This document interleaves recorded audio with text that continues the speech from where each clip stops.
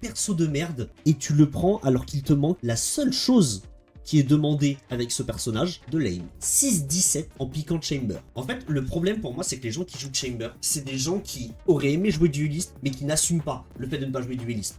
C'est-à-dire que si tu les mets sur un autre rôle, ils se coupent une couille. Et donc du coup, ils se disent, je vais prendre ce qui se rapproche le plus d'un dueliste, c'est-à-dire Chamber. Sauf que Chamber, si t'as pas d'aim, il est inutile. Et bien évidemment, Chamber de base est globalement inutile à l'équipe. Mais bon, ma propagande anti-Chamber, je vais la continuer, vraiment. Chamber, ça peut être très bon, mais ça peut être très bon si t'es sûr de ton aim. Si en l'occurrence, tu finis en 6-17, là, lui, ça aurait été mieux d'avoir une orbe et des crédits en plus. Ça aurait été mieux plutôt que de l'avoir. Parce que le seul intérêt du perso, c'est quand vous avez de l'aim. Sinon, le perso n'a aucun intérêt. Sinon, le perso, il a un seul petit piège de merde qui se pète direct.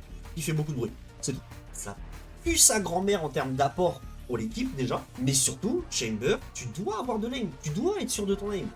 Sinon, t'es littéralement un boulet. C'est mieux d'avoir une orbe et des crédits en plus que de t'avoir. Si tu ne sais pas viser et que tu joues Chamber, si t'apprends, bon, bah, voilà quoi, tu vois, genre, si t'apprends.